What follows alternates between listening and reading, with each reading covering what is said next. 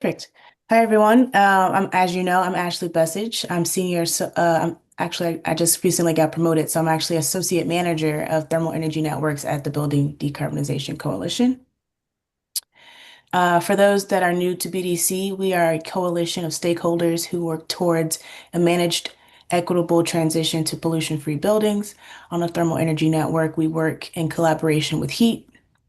So I just want to thank Heat as one of our partners. We borrowed a lot of the slides that you'll see from them in this presentation.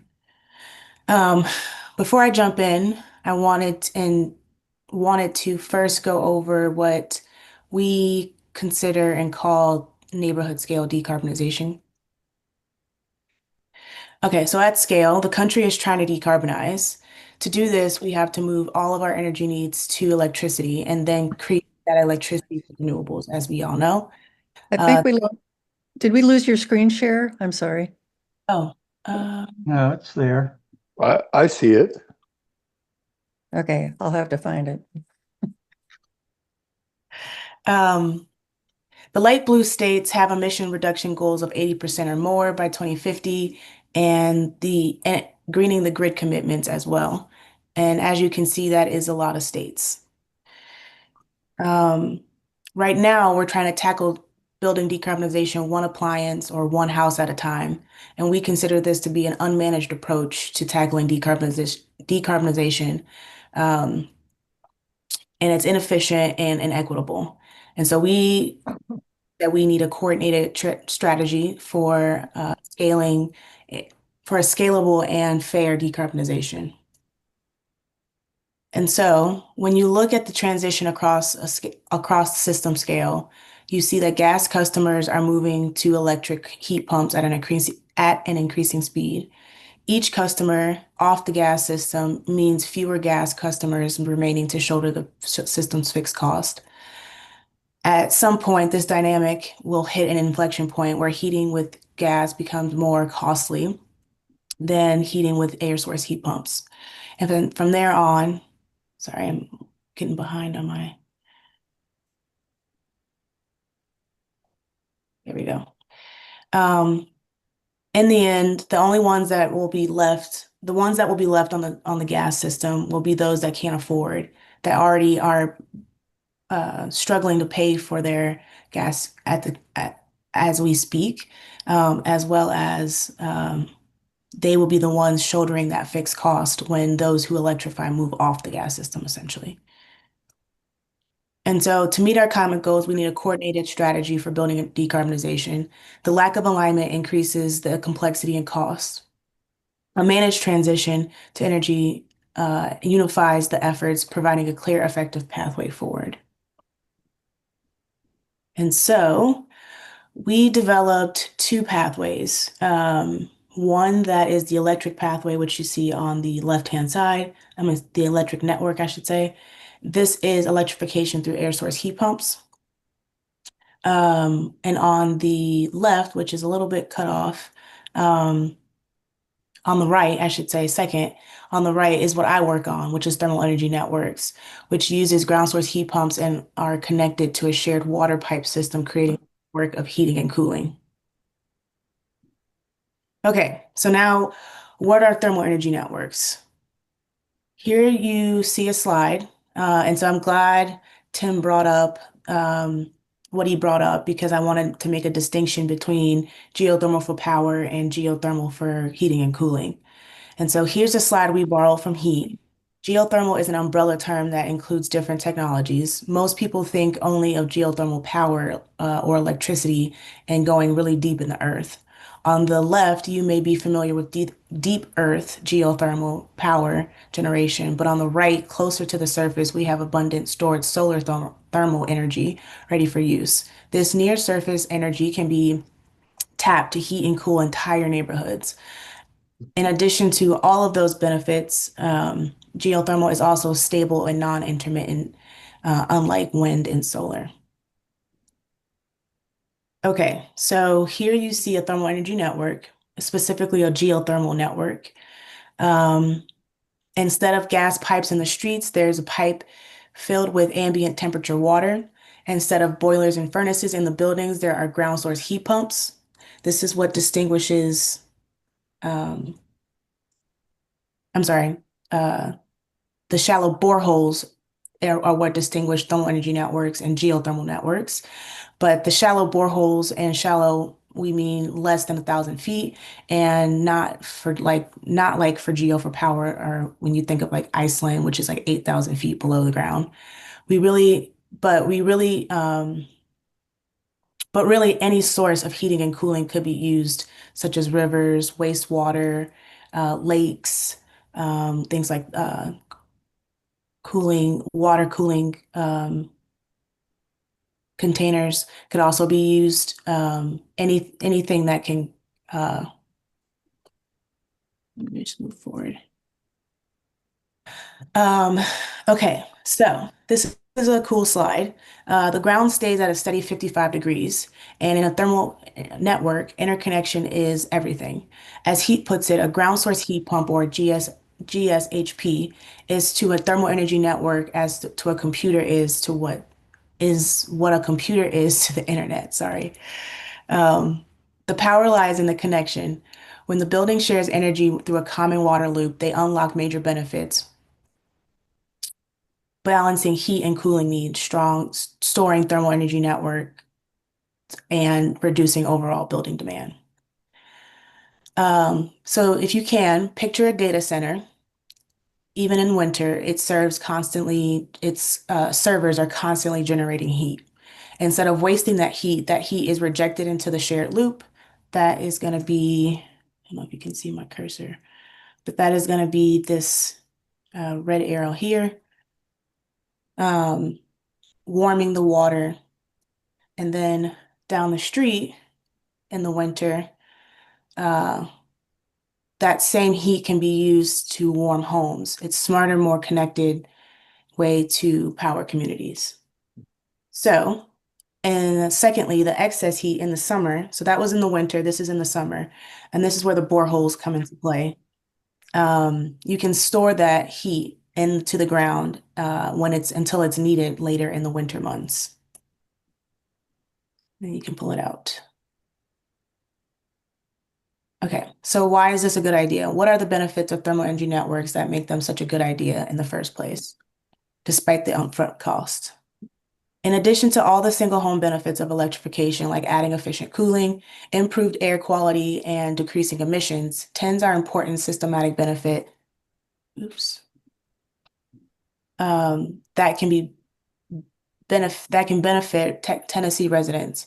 I've already shared why neighborhood scale transitions are important from an equity and affordability perspective, but there are a few other key benefits. As we electrify more of our buildings, we need solutions that won't overwhelm the grid. TENS provides a way to electrify heating and cooling in a way that's balanced and resilient. They also support an economic development by creating skilled jobs, offering cost-effective energy to businesses and communities, and can save water in large buildings. Let me get into a little bit more detail. Sorry, that was, okay. Any method that we use will be more efficient than combustion, and better in terms of impact to the grid. These solid colors on the graph represent all of the country's electricity use from January to December. Notice that the peak is in the summer when we are using air conditioners. The electric grid, all right, I was going to point to it, but I can't find my cursor. The electric grid is built to meet the peaks, otherwise we would have blackouts on really hot days. Now imagine if we had electrified all of our gas heating, that will be massive, will massively increase the electric demand in the winter months. If we heat with electric baseboard heating, the least efficient method, we will have winter peaks that look like the Falcon flying. If we use air source heat pumps, twice as efficient as a baseboard, the Falcon is beginning to land. The net geo, that bottom pink line, is the most efficient method we have. So that's this line here. Oops. Flattening that peak means a lot of money saved because you don't need to massively add capacity to the electric grid, which means less generation, transmission, and distribution and infrastructure. This is also a pathway for utility workers. Gas utilities are key to a managed phased system scale transition. Crucial we don't leave the workers behind. Gas workers already have the skills and expertise needed for TENS. On the right, you can see the gas and water pipes are the same. Thermal Energy Networks represents a biggest hope to ensure that workers are not displaced. That was a quote from Mike Rolls from Climate Jobs, Rhode Island. Um, in addition to something that is likely important to Tennessee, we found that thermal energy networks, or TENS, saves a significant amount of water. Across 8 states, we found that the average annual savings was 337 million gallons, equivalent to the water use of 3,000 US households or 511 Olympic-sized swimming pools. These savings are particularly impactful for large buildings where TENS eliminates the needs for chillers and cooling towers, reducing water consumption and saving money on equipment costs. Additionally, removing equipment frees up valuable roof space for other sustainable uses like installing solar panels or creating rooftop gardens. So where are we when it comes to the deployment of thermal energy networks? There are over 100 sites nationally. You can check out our map. I can drop a link later. Here you can see an ever-expanding list of thermal energy networks. You can see where we have categorized a different network based on their thermal energy sources, whether they are operational, under construction, in design phase, or whether they have been filed or in feasibility stage, and who owns them, which is important. For today, mostly covering the yellow, 8 states have passed legislation. Blue shows that 7 states have applied in 2025. 4 existing states submitted a new round. So this guide includes, so we also created a legislative guide to help states pass legislation. And this guide includes all the legislation that has passed. In some instances, we talk about proposed legislation. Right now, almost anyone except a regulated gas utility can install these systems. Gas utilities can only sell gas. So far, 8 states have passed legislation, and we are awaiting Governor Abbott to sign a bill that passed in Texas, and 6 others have filed in 2025. Um, and because we are focusing on system level, not building level, it is important to pass legislation that allows utilities to sell thermal energy and not just gas. And before I end, I want to talk about a project that I'm working on right now that is significant for you all. Um, Data centers are booming in Tennessee thanks to cheap power, strong fiber networks, and available land. These facilities produce large amounts of waste heat that often go unused. TENS can recover this heat to serve surrounding buildings, reducing overall energy demand. With proper planning, the new data center could become the heart of the next generation of thermal energy networks. In our research on the potential of data centers and TENS, we found that despite the perceived benefits of data centers, there are still some things to consider, such as resource strain, equity concerns, untapped potential, and thermal energy networks' capability to capture waste heat. So this is my attempt to show the potential of the waste heat in Tennessee. Um, Tennessee's manufacturing industrial base is another major source of recoverable heat. Facilities like automotive plants, food processors, and chemical manufacturers often discharge low to medium grade heat. And so TENS provides the infrastructure to capture and reuse this energy in nearby residential, commercial, and institutional buildings, creating a local loop of sustainable energy use. So you can, pointing to some international successes, Sweden and Denmark, as well as Ireland, already use data center waste heat in district heating systems. And in the US, efforts are underway in both New York and California to replicate these models in the US. And so here are some additional resources, and that is all I have. So, Well, hey, Ashley, this is Tim. I'll jump in with the first question. Who actually runs these networks? I mean, are they the local utility companies or somebody else? Here in Tennessee, we know TVA generates most of our electricity, and then there's local power companies that are kind of the interface in between them and us. But um, who actually, says, okay, let's build this and let's operate it? Who runs it? yeah. So, in one of the slides, I kind of nudged to the concept of ownership, and it depends. Um, we found that, and let me pull that up while I explain this. Um, my colleague Jess is actually working on ownership models, and it she has you have utility models like that of Eversource in Massachusetts that we can point to, that you have the Eversource is both an electrical and gas utility, so the dual fuel. But Massachusetts passed legislation that allowed the electric and gas utilities to um, provide something other than electricity and gas. And so that allowed them to provide the thermal energy. And then they also mandated that they pilot a thermal energy network. And so that's what got the Framingham project done in Massachusetts. And they actually are expanding on that project. So in that case, the actual utility owns the infrastructure like they normally would in the gas in the case of gas, as well as the boreholes. So they're able to store and utilize that energy that is not being used during that- in the summer, and then store use it in the winter when folks are trying to heat their houses. Okay. Well, going back to your map where you showed projects across the country, it looks like you had Yeah. two dots in Tennessee. Can you zoom into that or show us more details about what's in Tennessee that's along these lines? Yeah. I haven't heard of anything. Let me pull that up.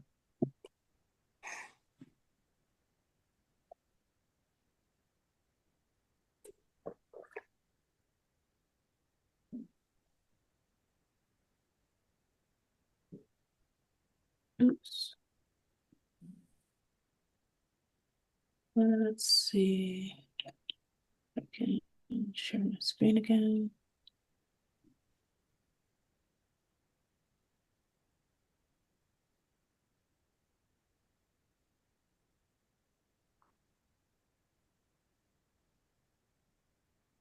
So this is the Nashville airport as a thermal energy network, actually.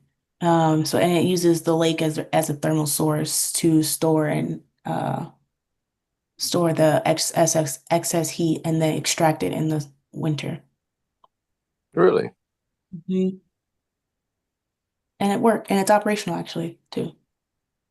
And then you have South Hall. This one we're still trying to verify, but this is a private company. Um, and we think they use boreholes. We know they have boreholes, but we don't know if it's connected. That's the part that we're trying to, because you can have geothermal heat pumps, but not have them connected, which would be what most people know when they think of geothermal heat pumps or ground source heat pumps. I'm sorry. And it looks Is like there, they're somewhere outside of Franklin, Tennessee. Mhm. do we know what their business is? It's a farm and inn. Oh, Interesting. Mhm.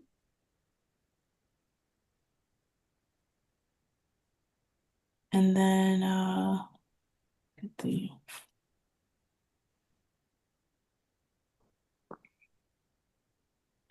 Bill. Okay, well, we've got lots of sources of thermal heat here. For instance, our nuclear reactors have so much thermal energy that a lot of summers they have to shut down because they're sucking the cold water out of the river and it's not cold enough.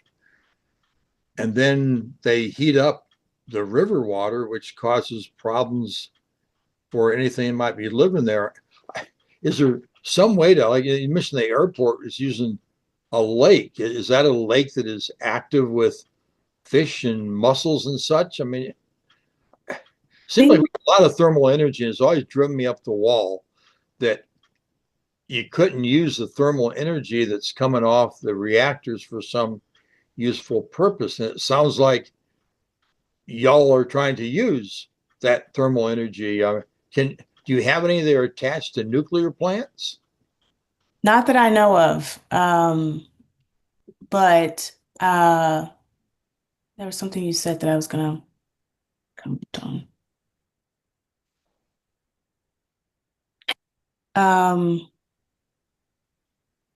I think we are calling it thermal readiness and advocating for for folks thinking about it's mostly in new construction that you can be, major renovations, new construction that you have the opportunity to build to be thermal ready. But um, I think it's an opportunity to, and in this paper that I'm writing on data centers, I talk more about what we mean by thermal readiness.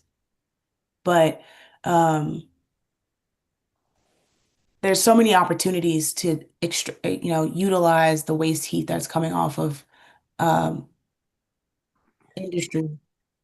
Um, and especially with data centers and you all are getting inundated with data center speculation like many other are. But yeah.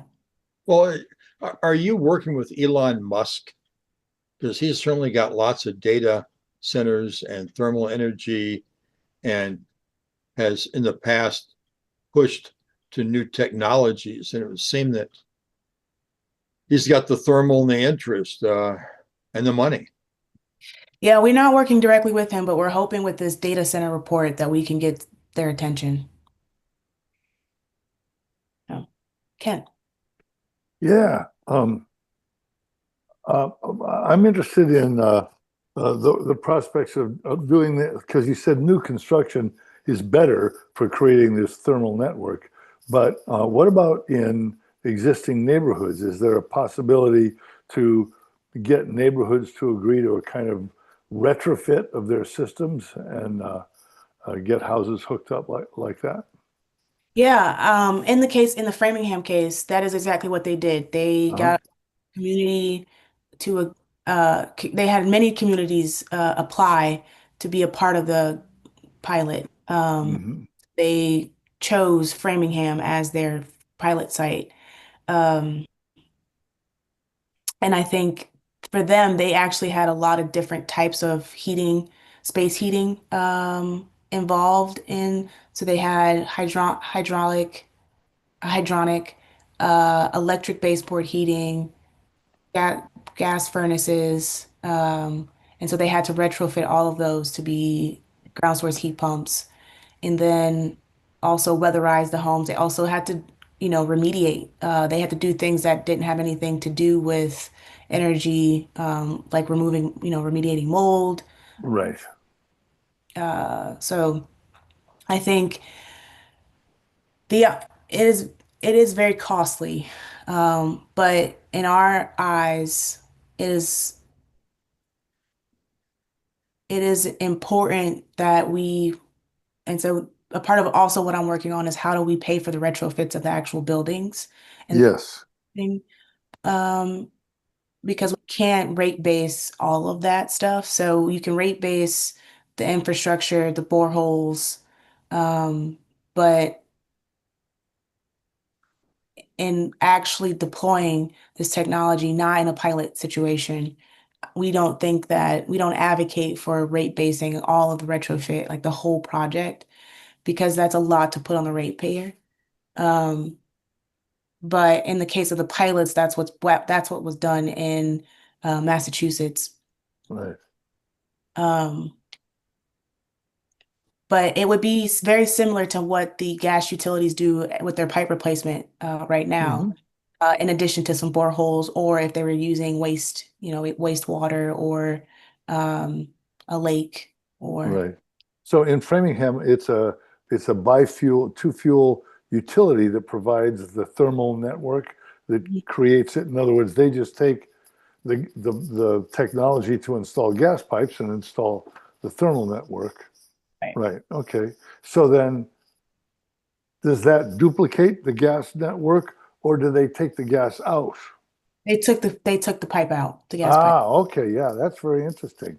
So they're just replacing one pipe with another. Actually, I take that back. I think they Okay. made the gas pipe. Now that I think about it, I can't remember now. Don't quote me. Okay. But ideally, we would want the gas pipe removed, because the premise is, we don't want leaky pipe in the ground, Yes. and things of that nature. So part of the idea then is to get people off gas and to create a decarbonized home heating system or just a home energy system. Right. Yeah, that's great. So what's the utility in Framingham that's doing? That's near where I grew up. Eversource. Eversource. Thank you. I'll poke around with them. That's interesting. Yeah. Axel.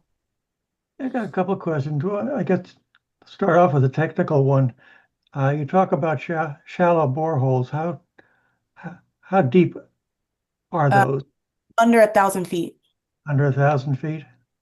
I, are these closed loop or do they connect directly with the groundwater?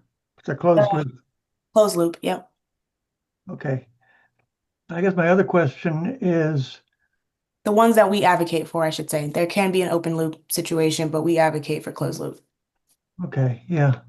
Are there questions of scale and density of customers, if you will, that make this work? Are there thresholds that you? We are working on those, because we know that in more rural situations, thermal energy networks may not work because of the distance. And so helping those that are on delivered fuels, um, we're still working on a solution for that. But in Vermont, they think that thermal energy networks would work, and so they are pretty, spread out community, and they think that, where they have delivered fuels and where there is more densely populated folks, that this could be a solution for them. So,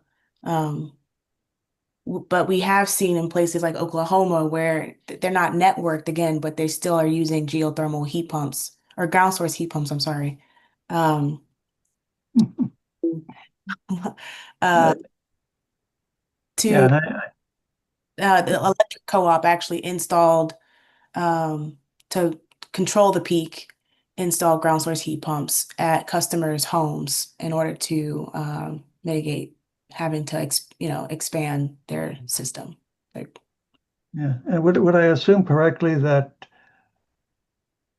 different areas of the country where you have different heating degree days, that you're going to be using different designs, different technologies? Yeah, for sure. Yeah, like in places like Florida and Texas and the South in general, you'll probably still have to have some type of chiller um, to help in the summers, Hmm. when dispelling the heat Yeah. loop at that ambient temperature. Okay, thanks. Yeah. Actually, I've got two questions. One is, you mentioned that the gas pipes and water pipes to the building are the same diameter. So would there be an advantage in retrofitting if the building was already had pipes for gas? Is that, am I, let me make sure I'm understanding the question.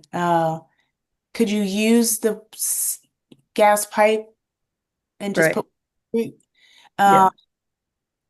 newer gas pipe, you could, but when you think about what pipe you'd be replacing, it wouldn't be that brand new pipe that they've just laid somewhere in the community. It would be the pipe that would be the oldest, which would be probably not in a condition where you would want to reuse it. That's our thinking, at least, when I've asked Okay. that question. Um, and uh, because we're prioritizing leaky prone pipe and older pipe that's been, like been in the ground 50 plus years, I think we'd want to know the condition of the pipe before. And I'm not necessarily sure if the pipe that was laid, 50 years ago would even be the same pipe that would um be usable. Okay. Or the reason I was asking was because in Clarksville, the municipal utility is gas and water. So I was wondering if that was just a natural fit, for them to do Uh, some projects. And that's Yeah, probably depends, because I imagine, I think the older gas pipes are steel. mhm. And if you switch from gas to water, you're going to have corrosion problems. okay, okay, The newer ones are plastic now, so that I can see where they would be convertible. right. The other question was, what is your program for data centers? I mean, how are you reaching out and showing them if they're going to build a new one that this would be cost effective for them? Yeah, we've got a couple outlets. There's the Data Center Coalition that we're hoping to get in contact with in the next couple weeks to send over the report to. And then there's some reporters that we've worked that has done some work on data centers, specifically in the Mid-Atlantic and Appalachia area, um, that we are working to get the report to. So how many, do you know offhand how many data centers across the country have already adopted this? To my knowledge, there's one in Seattle, and that's Amazon's. But then there's two right now, one in Chelsea, New York, and then the other in San Jose that are working to San Jose will be a new construction building a data center and I believe it's 1,000 homes, and that would be connected to the data center that would be used to heat the home. Their waste heat would be used to heat the homes. And then the one in Chelsea is the same I believe it's affordable housing that they're connecting to the data center to. But there's not many. Okay. Thank you. Mhm. Tim. Well, two questions come to mind, and I apologize. I've had allergies the last couple of weeks. I know I sound bad. One is you showed a slide that said this was actually a net water saver. Yes. I'm thinking that in states that have water problems already, that this would be a real challenge to adopt. I know places in Texas, Arizona, California that are already having a water crisis. I'm not sure how they would implement this. So answer that one and then come back to me for the second question. Um, so cases like Arizona or Texas, they use a lot of evaporative cooling. And so with thermal energy networks, you don't need you can recapture the water that's being used in those situations instead of, um, because you still would need some type of, we think at least in some designs, most are being built with backup chillers to help on those hottest days to keep the loop happy. But the ground source heat pumps, take away the need, or not take away the need, but reduce the need for evaporative cooling, um, which is where the water savings come in. So you'd still need water in the loop, but the water that's put in the loop is all you'd ever need unless there was some type of leak. And it's because that's the closed loop system part of it. But most of the savings is coming from the lack of need for evaporative cooling. Second question is, I'm just trying to understand the economics of this, that all utilities function by, at least traditionally, providing a non-renewable source like coal, gas, whatever. And they produce electricity and sell it to customers. Eventually, they figured out how to do solar and wind on a utility scale so they could do the same thing and sell electricity to customers. How does that model work for this? What's the motivation for a utility to do this? So, a lot of cases, it's places like, in places like Massachusetts where they've been kind of forced into having to find them being the gas utilities, having to be forced to find another way to decarbonize, has put the fire underneath a lot of their butts. Um, I think the economics are hard because we are still trying to figure out the models that work. Um, and with there being, if you're able to use boreholes, who gets in the case of like a data center, for instance, the data center could idealistically sell their waste heat to the communities, right? And then you have them acting as almost as a utility, providing heat to their neighborhoods. But is that a model we want to promote? And where does the utility come in? Where does the PU, in your case, I think you have, is it PURA? No, that's Connecticut. We don't have a Public Utilities Commission in most of the state in Tennessee because TVA is the regulating authority. Ah, I see. Okay. But Uh, local power companies might be able to do some of this. I'm not sure how that would work. Interesting. Okay. Yeah. Well, then, so a lot of your question, Tim, we're still working on figuring out, and to be candid. Um, and uh, I think the ownership models piece, because there's three parts of and I didn't have a slide in there that shows it, but there's the boreholes, there's the infrastructure, and then there's everything that's in the building. Um, and who gets to own what, who manages what, who pays for what is still being figured out. But I think and here I wanted to share these ownership models with you all. We're starting to figure some of that out with, uh, Yeah, I can see maybe large manufacturing companies doing this on their own, or a data center. I mean, someone brought up Elon Musk. He's got a giant one over in Memphis.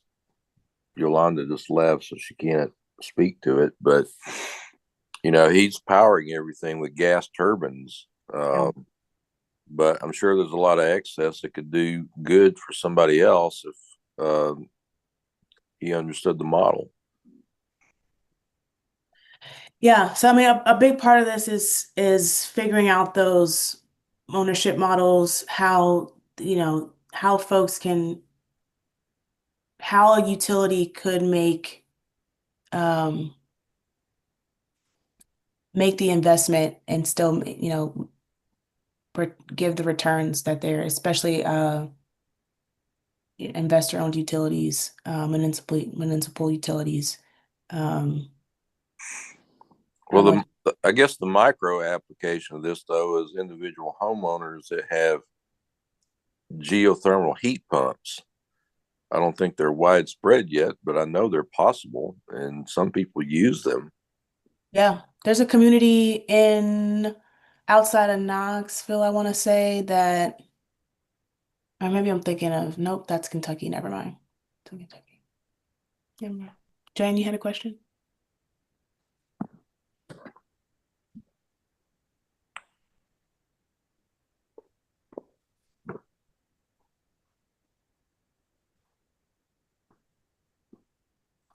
Tell us a little bit more about your organization, though. How long it's been around, and Yeah, who formed it, how it got put together. Yeah, BDC has been around since 2018, I believe. So we're not new-ish, but we are still in that phase of being a startup, feeling like a startup a little bit. Um, Panama Bartholome is the one who founded the BDC in Petaluma, California. We are 100% remote company, so we have staff all over the country. We use coalition building to um, accelerate the electrification of existing buildings. We specialize in residential, but we are moving towards, working on commercial advocacy, and we do a lot of advocacy work. I would classify us as an advocacy group. Cool. Does anybody else have any questions? Oh, yeah, I'd like to just follow up on that coalition building thing. So when you say you're coalition building, like, do you go around, knock on doors and find a neighborhood that wants to have a thermal network created there and then go to the utility and say, hey, do this for us and we'll be your customers? So we actually we help co-lead a national advocacy coalition that Right. includes on the ground folks in different states. So they do that work and we help support them. Mhm. Okay, great, thanks. Well, you certainly motivated me to do a little homework on the two locations in Tennessee that are doing this. I had no idea the Nashville airport had a geothermal network, Yeah. and they're using Percy Priest Lake to dump their water. So I'm not sure of any environmental impact on that. So I'm going to look into that, and I'll also look up that South Hall business south of Franklin to see what they're doing. They could just be using heat pumps. Yeah, that's what we're trying to figure out. But so far we think it's networked. Okay. They would make interesting guests for another energy committee meeting down the road. Yeah. Tell us how it works. Yeah. Hmm. If you get connected with them, let me know. I will. So there's some really old technology I think was used more up in the northern states where essentially in the winter a ice was created in an underground cavity, lined underground cavity that was used in the summer to cool the houses that were around it. Uh, that sort of concept, is that anything that your organization would be able to adapt or would think about adapting? Where you're using, the exterior cold temperatures to create this underground or even above ground, I suppose, essentially pool of heat of cold that you could use during the summer to cool things. I don't know. I don't know. It's a good question. Isn't this used a lot in Europe already? Yes. Using the waste, Tim, I think you mentioned that. Now, how do they handle that kind of the cost recovery part? I mean, you call it ownership, I'll call it cost recovery because it doesn't cost any less in Europe to do it than it does here. So who funds it? How do people get paid? Yeah, I don't know the details. A lot of the ones in Europe are privately owned, or privately held, but publicly funded or owned. I'm not 100% sure, honestly. So do you have projections for, capital cost, the outlay, and how many years it would take for it to be returned? No. No. But those are things that I need to write down to figure out. I think it would be, if I had to just guess, I think it would be kind of hard because each community would be different. Right. Or each project, right? Be different, right? Yeah. Um, and I think it would also the retrofitting of the building would drastically change Well, you things. have to get the buildings energy efficient first, then, right. So you've got to have a kind of community-wide plan for everybody to get their building stanch before, and then different buildings might have different original energy systems. Some might have gas, some might have electric resistance, and so forth. But really, like any clean energy thing, there's a big bunch of money you have to spend at the beginning. And then after you spent that, then you start saving money. And the proportions are different for each project. But I think that's kind of what the IRA Act was trying to do, was to help people with the upfront cost so that after they had acquired their clean energy system, they would be kind of in the gravy and not having to spend so much. Is that the way you foresee the adoption of this? Yeah.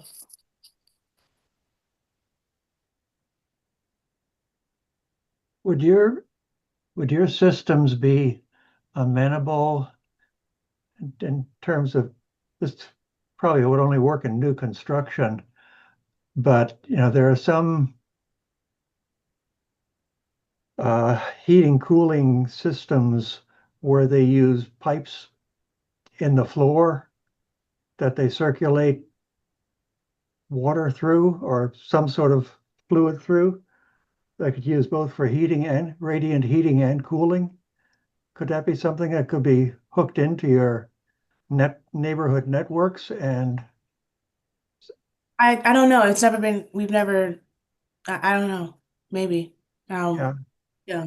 I'm not so, my background's not in engineering, so I don't know all the ins and outs of those things. yeah, Um, that would seem to eliminate the need for pushing air through the building envelope and the electricity that uses. hmm. Is there anything in your backyard there in Austin that's like a demo pilot project for this? Yeah, Whisper Valley. Um, Tell us it about it.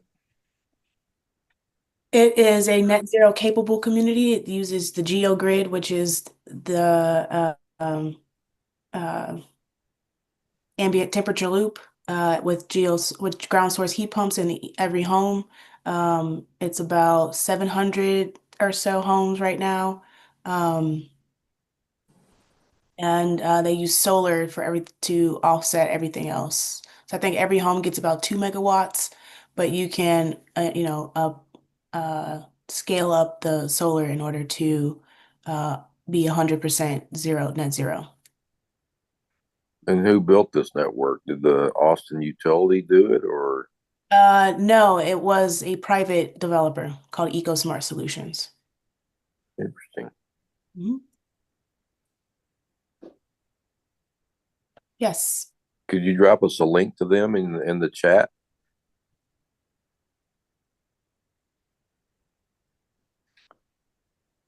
That would certainly be a model for what other developers' neighborhoods can do. For sure.